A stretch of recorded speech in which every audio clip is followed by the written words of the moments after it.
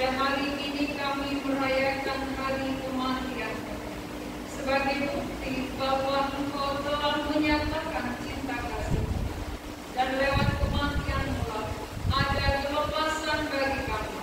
Melalui kematian-Mu dosa kami dapat diampuni dan kami mendapat anugerah keselamatan.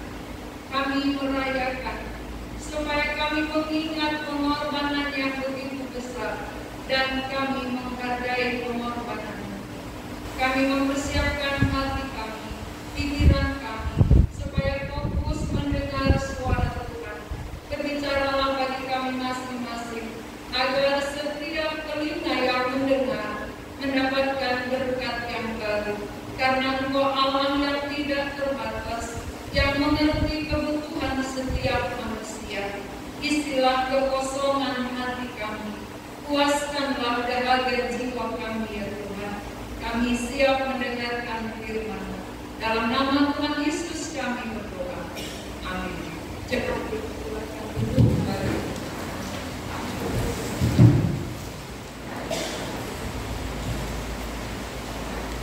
Kita membaca dari Lukas pasal 23 ayat 33 sampai 43.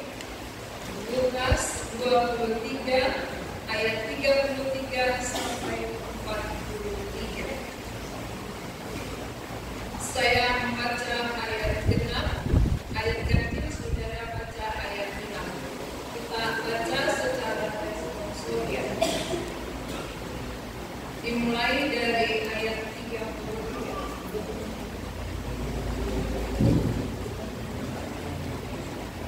Lukas 23 ayat 33.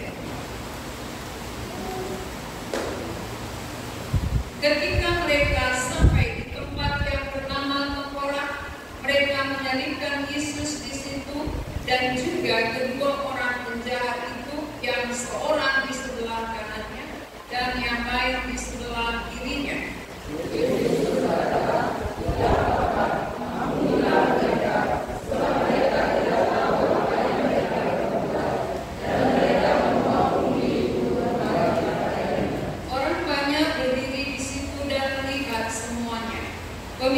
Pemimpin mengejek dia, katanya, orang lain dia selamatkan. Biarlah sekarang ia menyelamatkan dirinya sendiri jika dia adalah Mesias, orang yang dipilih Allah.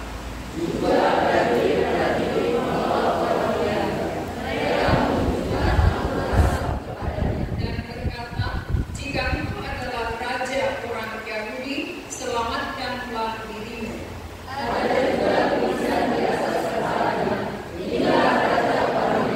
Seorang dari penjahat yang digantung itu menghujat dia, katanya, bukankah engkau adalah Kristus? Selamatkanlah dirimu dan kami.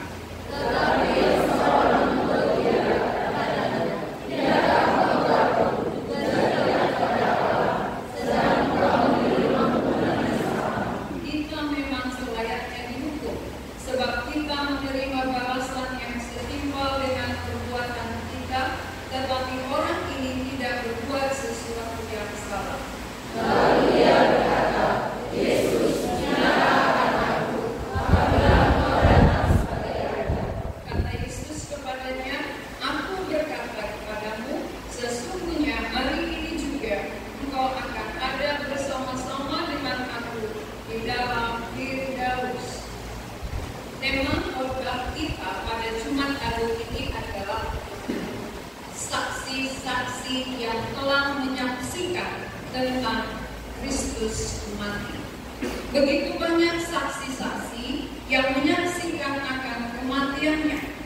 Ada orang mengatakan bahwa yang disalib itu bukan Yesus. Ada yang berkata yang disalib itu adalah Judas. Ya. Tetapi kita akan melihat dengan nyata bahwa melalui saksi mata akan jelas bahwa yang disalib ini benar-benar adalah Yesus. Kalau bukan Yesus yang disalib, berarti tidak ada kuasanya. Kalau bukan Yesus yang mati, berarti kita sia-sia menjadi orang Kristen. Maka ini sangat intim. sangat penting, sangat mendasar bagi kita. Siapa yang disalib ini? Yang disalib adalah Yesus Kristus. Lalu mengapa Yesus disalib? Bukankah dia adalah Allah? Mengapa Allah disalib? Kita perhatikan dari ayat 33 tadi bahwa dia berada di tengah-tengah dua penjahat. Satu sebelah kiri, satu sebelah kanan. Mengapa Yesus di tengah? Mengapa Tuhan Yesus sebagai Allah, dia tidak bersalah, tetapi dia posisinya di tengah, supaya kedua penjahat yang kiri kanannya bisa melihat dengan jelas. Melihat dengan jelas siapa yang di tengah ini, siapa yang disalib bersama dengan mereka. Jadi kalau di samping sana mungkin yang sebelah kanan gak jelas melihat. Kalau sebelah kanan mungkin yang kiri kurang jelas. Tapi kalau lihat di tengah, saudara, berarti dua-dua melihat. Dua penjahat melihat dengan jelas, dengan nyata siapa sebenarnya yang bersama-sama dengan mereka mendapat hukuman yang sama. Jadi itu penjahat kedua ini adalah saksi mata. Keduanya menjadi saksi mata bahwa yang ada bersama dengan mereka saat disalibkan benar adalah Yesus. Mereka sendiri lihat, mereka sendiri saksikan, mereka mendengar apa ucapan Yesus ketika banyak olokan, banyak ejekan, banyak cacian. Apa yang keluar dari mulut Yesus? Ya Bapa, ampunilah mereka. Doa yang keluar ketika dia diejek, diolok, dicaci maki, yang keluar dari mulutnya saudara-saudara adalah doa pengampunan. Ya Bapa, ampunilah mereka. Itu ayat 34 ya. Sebab mereka tidak tahu apa yang mereka perbuat. Doa seperti ini keluar dari mulut siapa? Tidak mungkin doa seperti ini keluar dari mulut Judas. Judas satu pengkhianat. Tidak mungkin Judas mengeluarkan doa pengampunan. Maka dari doanya nyata bahwa yang disalibkan ini adalah Yesus Kristus. Maka dia bisa berdoa untuk musuhnya. Dia berdoa untuk orang yang menyalibkannya. Maaf saudara, kalau berita yang sangat penting bisa pasti ada gangguan. Ini gangguan. Berita yang paling inti, musuh tidak diam. Kita harus mengerti. Ini paling pokok, paling utama, paling penting. Tapi selalu ada gangguan. Supaya kita nggak main-main mendengar. Oh, rupanya ini sangat berharga, sehingga tidak ada yang berharga itu tidak mendapat hambatan. Selalu dihambat, selalu ditantang. Kita mengerti bahwa doa yang begitu indah keluar dari mulut Tuhan Yesus. Ya Bapa, ampunilah mereka, ampunilah yang mengejek saya, ampunilah yang menangkap saya, ampunilah yang menyalibkan saya. Kalau saudara-saudara diejek sedikit, kalau dicibir aja, itu gimana ya? Satu kali dicibir, dua kali kita mudah ya. Itu manusia. Tuhan Yesus ketika tidak bersalah, ditangkap, dicaci, difitnah, ada doa pengampunan keluar dari mulutnya, dan doanya ini terjawab. Doa Tuhan Yesus ini benar-benar dikabulkan oleh Bapa di surga. Bapa, ampuni mereka, karena mereka tidak tahu apa yang mereka perbuat. Kapan ini terkabul, kapan ini terlihat, kapan penelan terrealisasi ketika turun Roh Kudus. Pada waktu turunnya Roh Kudus, banyak orang percaya. Sekali khotbah Petrus, 3.000 orang percaya. Itu hasil dari doa Tuhan Yesus. Berarti siapa di antara yang 3.000 itu yang ikut berseru-seru, salibkan dia, salibkan dia. Di antara yang ikut itu ada yang percaya oleh karena doa Tuhan Yesus. Berarti doanya waktu di kayu salib didengar Bapa di surga. Maka waktu turun Roh Kudus, banyak penjahat-penjahat itu menjadi percaya. Inilah saksi mata. Jadi melalui saksi-saksi mata jelas kepada kita siapakah sebenarnya yang disalib ini. Dia benar-benar Yesus, Tuhan yang turun dari surga, Allah yang tak bersalah, Allah yang tak berdosa. Maka waktu penyalibannya pun dia tidak membuka mulutnya ketika diejek, ketika dicela, dia tidak membuka mulut. Kita perhatikan siapa ada saksi mata yang melihat penyaliban Yesus. Selain kedua penjahat, ada lagi di dalam ayat berikutnya ya, di dalam ayat selanjutnya. Kita perhatikan tadi ayat 34 doanya, 35 ini saksi mata. 35 orang banyak berdiri di situ dan melihat semuanya. Berarti ada orang banyak. Orang banyak menjadi saksi melihat apa yang terjadi ketika Yesus disalib. Apa yang terjadi ketika banyak olokan, ejekan, fitnahan. Orang banyak menjadi saksi. Orang banyak menyaksikan proses penyaliban Tuhan Yesus. Berarti orang banyak juga ikut menjadi saksi mata bahwa yang disalib yang di tengah ini berbeda dari yang kedua, kiri kanan. Ini beda sekali.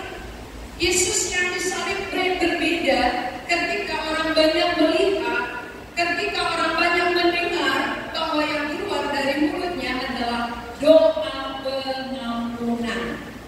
Saudara, kalau ada orang yang memfitnah kita, ketika ada orang mengejek kita, ya, ketika ada orang yang mencela kita, apa yang keluar dari diri kita?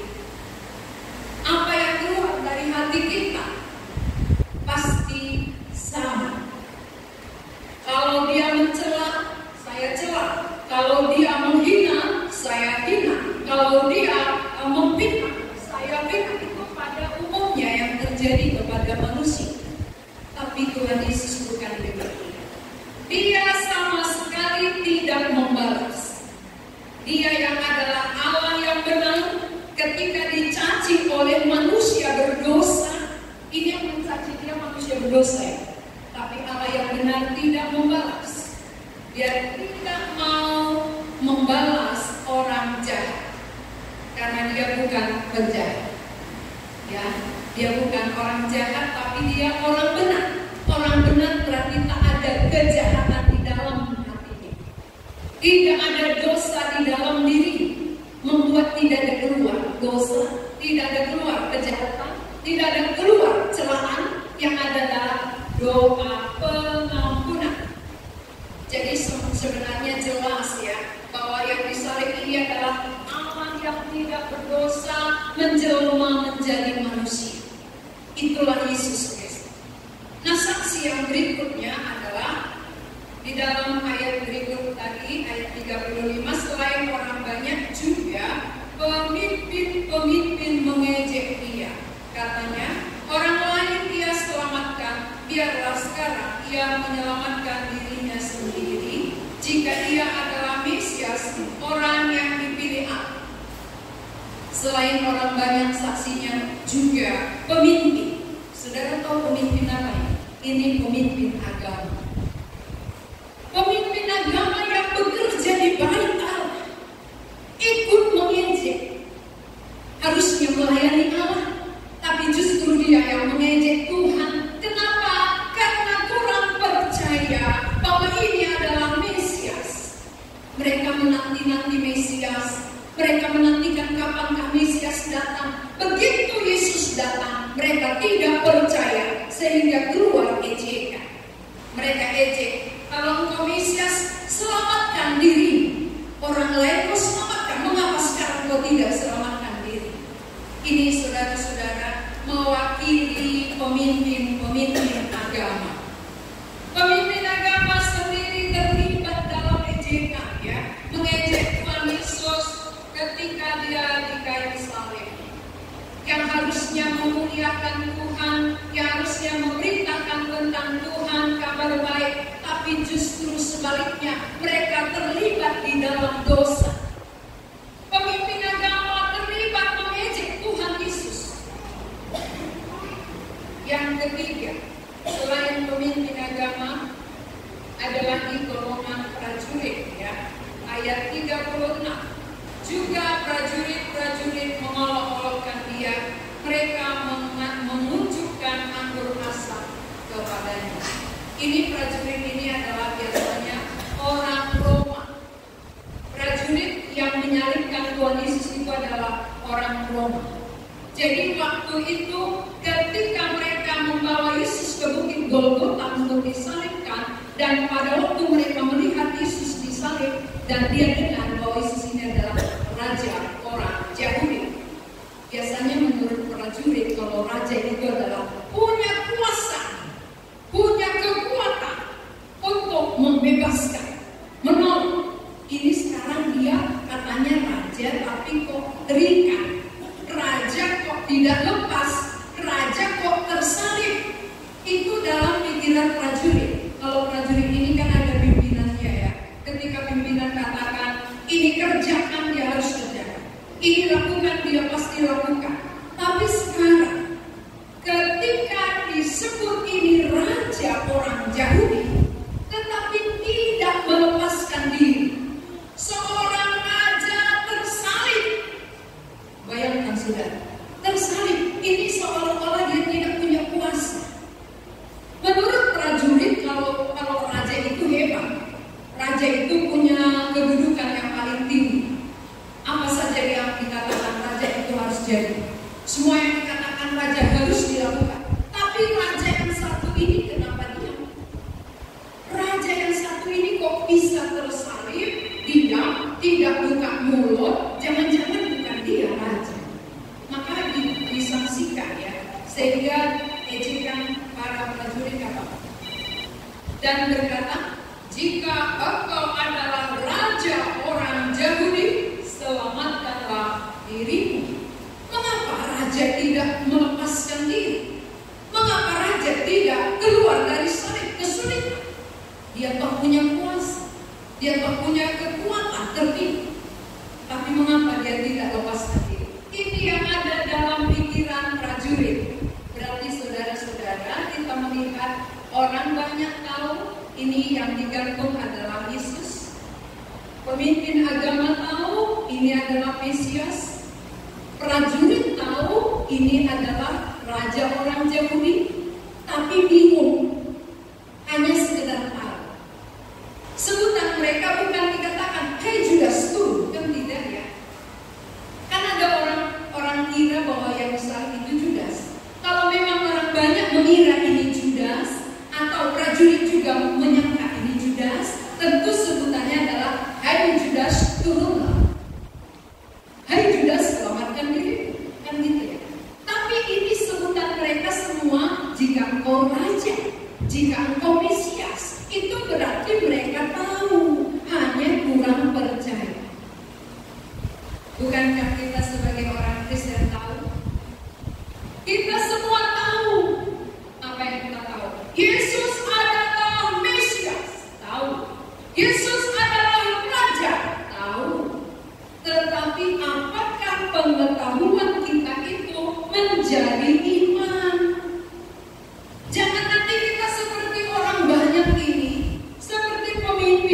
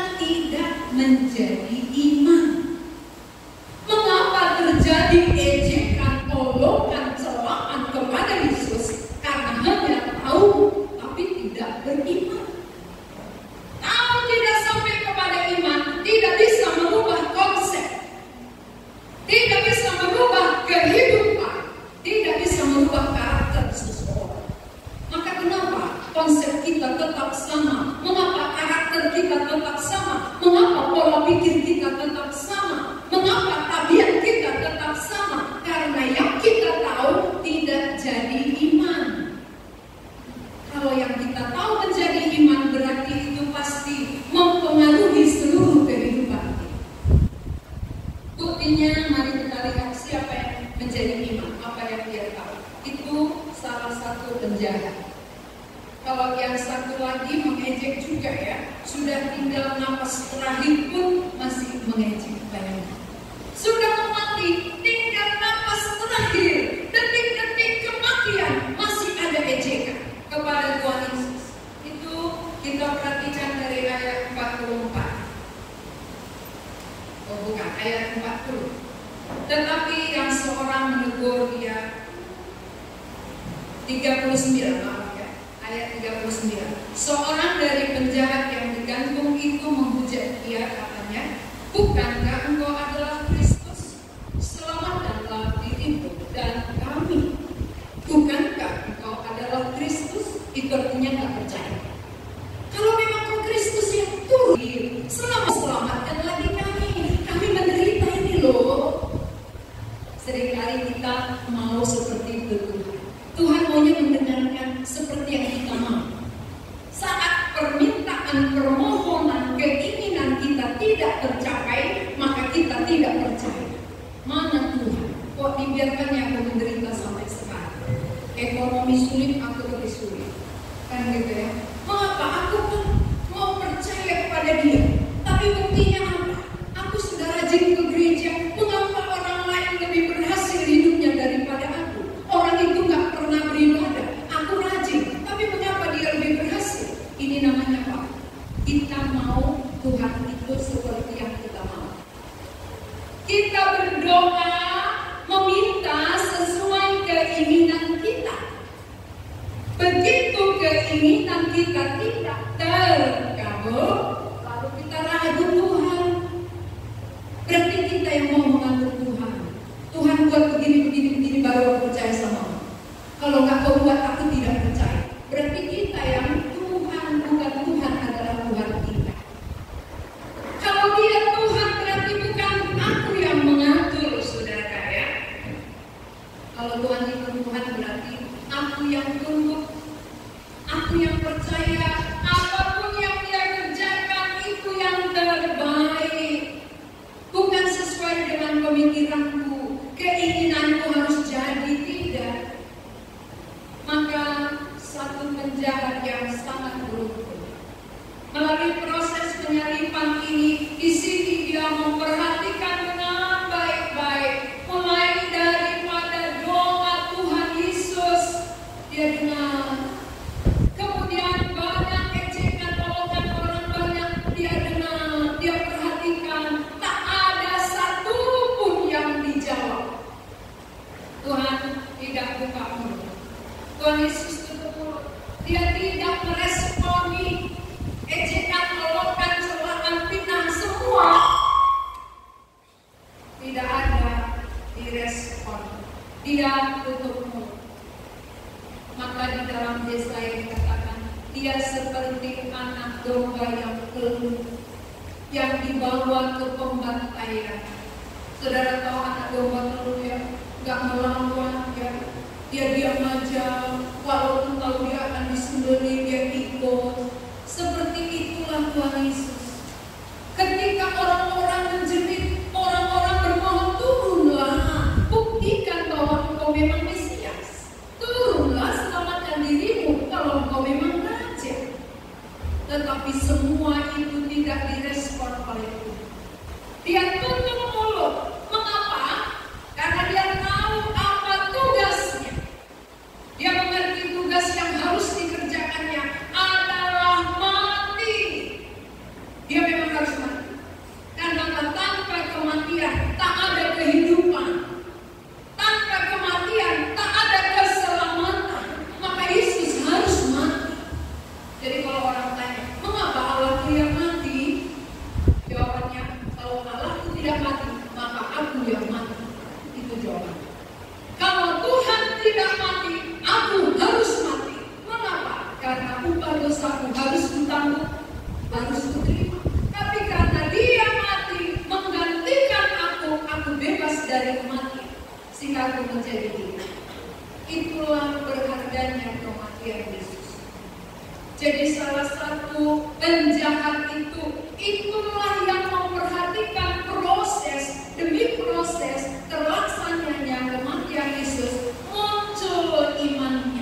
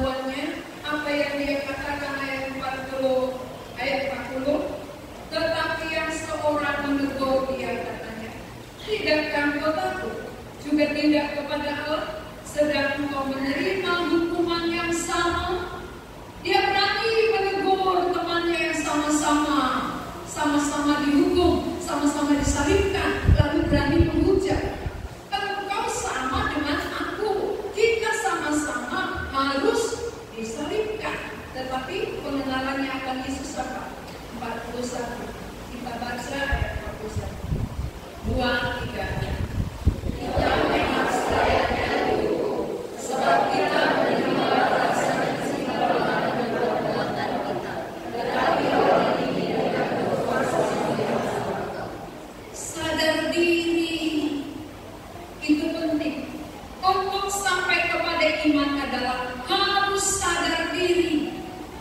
Penjahat yang satu ini, dia menyadari bahwa kita selayaknya dihukum. Kita kan penjahat.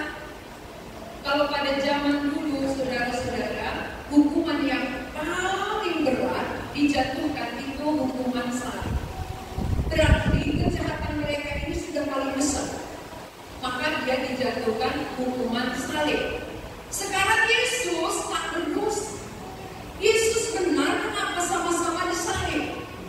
Karena dia mewakili kita. Jadi dosa-dosa kita begitu beratnya sebenarnya, yang ditanggung oleh Tuhan Yesus di dalam tubuhnya di kayu salib. Maka penjahat ini menyadari, dia katakan kita memang selayaknya dihukum karena setimpal dengan perbuatan kita, tetapi orang ini tidak berbuat sesuatu yang salah. Tidak kenal Yesus sebagai orang benar. Ini kuncinya. Sadar diri, kenal Yesus orang benar, tak berdosa, tak bersalah, maka bisa membenarkan kita yang bersalah. Kalau dia ada salahnya, nggak mungkin dia bisa benarkan kita. Kalau dia berdosa, nggak mungkin bisa menyelamatkan kita. Berarti penjahat ini kenal betul Yesus dalam proses yang singkat.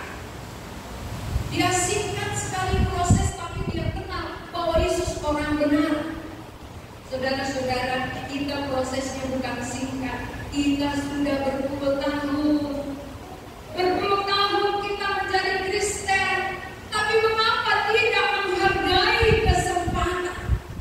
Tidak memakaikan kesempatan yang ada untuk memperhatikan baik-baik siapa ini yang disalibkan. Siapa dia? Untuk apa dia disalib? Buat apa dia mati? Kita harus peka, kita harus tahu, kita harus mengerti itu, bahwa kematiannya jalan satu-satunya membebaskan seluruh manusia dari maut, dari hukuman kita. Maka dia tahu tugasnya, dia tahu tanggung jawabnya, dia kerjakan. Lalu penjahat ini melihat itu, dia benar, tak ada salah. Jadi kalau ada orang bilang begini, nanti aja kita bertobat. Kan seperti penjahat yang di kayu salib itu, kan masih diam bumi. Itu perkataan yang tidak mengerti. Siapa yang ngomong seperti itu karena tidak mengerti? Ini bukan suka-suka manusia. Ini anugerah, kesempatan terakhir bagi dia pada waktu disalib. Sebelumnya tidak pernah dia dengar. Kalau saudara-saudara mendengar, jadi jangan tunggu tua dulu baru bertobat. Bertobat itu anugerah, ya. Maksudnya bukan kita yang anugerah itu orang yang bertobat sekarang. Oh, poya-poyakan dulu hidupku, suka-suka dulu, ya. Puas-puaskan dulu dalam dosa, nanti sudah mematek baru bertobat. Itu namanya sombong, ya. Seolah-olah kita yang ngatur Tuhan. Tidak. Kita bisa mendengar tentang kebenaran itu anugerah. Kita bisa mengenal itu anugerah. Kita punya waktu belajar adalah anugerah. Maka semua anugerah harus dihargai. Jangan buang-buang, jangan sia-sia. Kita hargai anugerah yang Allah beri kepada kita. Jadi penjahat ini menghargai anugerah yang hanya sebentar. Proses dari jam 9 pagi sampai jam 3 sore. Berapa jam itu ya? Jam 9 sampai jam 3 sore. Hanya itu waktu dia bisa melihat, menyaksikan, mendengar kabar baik dan muncul imannya. Lalu sesudah dia melihat dirinya, sadar diri, dan juga mengenal Yesus orang benar, harus ada respon. Kalaupun kita sudah menyadari, aku yang paling berdosa ya Tuhan, ya Engkau mati untuk dosaku, tapi kita nggak respon, sama saja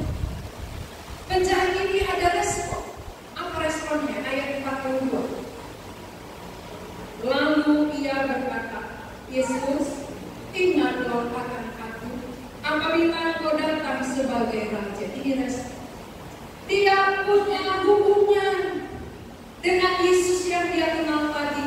Yesus mengatakan, aku apabila Engkau datang sebagai Raja, berarti imannya sampai kepada kedatangan Yesus kedua. Penjara ini beriman bahwa Yesus akan datang sekali lagi sebagai Raja. Ingat aku.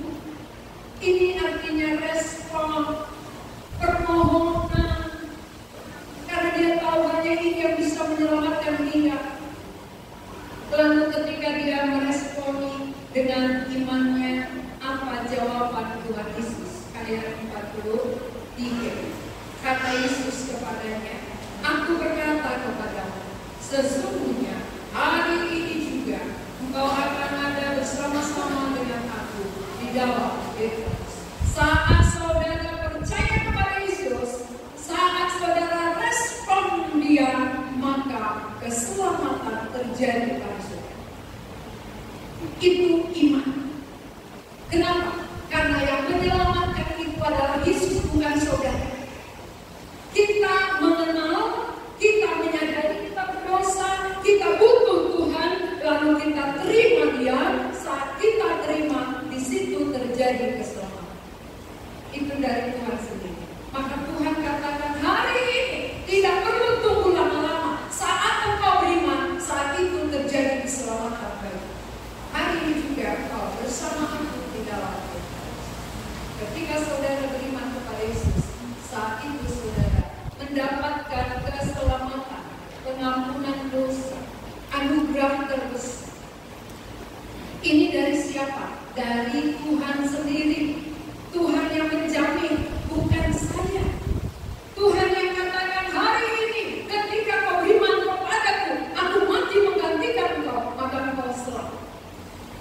Jadi yang menyelamatkan adalah kematiannya, pengorbanannya, bukan kebaikan saudara, bukan kerajinan saudara, tapi pengorbanannya yang satu kali di kayu salib. Itulah satu-satunya yang bisa menyelamatkan. Jadi saat kita percaya, di situ terjadi pengampunan dan keselamatan. Masihkah kita lakukan kasih-Nya? Masihkah saudara meragukan pengorbanannya? Sedangkan saksi-saksi begitu banyak. Saksi mata melihat kematiannya begitu banyak. Penjahat kedua ini melihatnya. Orang banyak mewakili orang-orang semuanya melihatnya. Pemimpin agama mewakili orang-orang yang bekerja di gereja. Prajurit yang mewakili pemerintahan ya, melihat, menyaksikan. Dan juga siapa lagi yang melihatnya? Kita bisa melihatnya. Dengan apa? Dengan iman. Kita bisa menyaksikan bahwa dia memang telah mati. Lalu mengapa kita rayakan Jumat Agung kalau kita nggak percaya? Ketika kita merayakan berarti benar kalau dia sudah pernah mati. Walaupun saya dulu nggak ketemu dengan dia, tapi dia sudah pernah mati dan kematiannya termasuk untuk saya.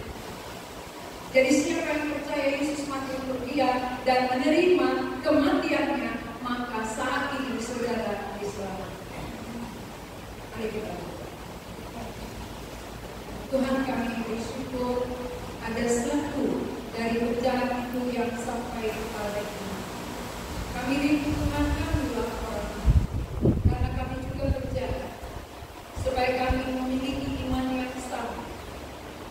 Kami rindu supaya saudara-saudara kami yang sudah mendengar firman-Mu berkata, akulah yang seperti penjahat yang salah, yang meresponi firman, meresponi perkataan-Mu yang sudah sampai kepada kami.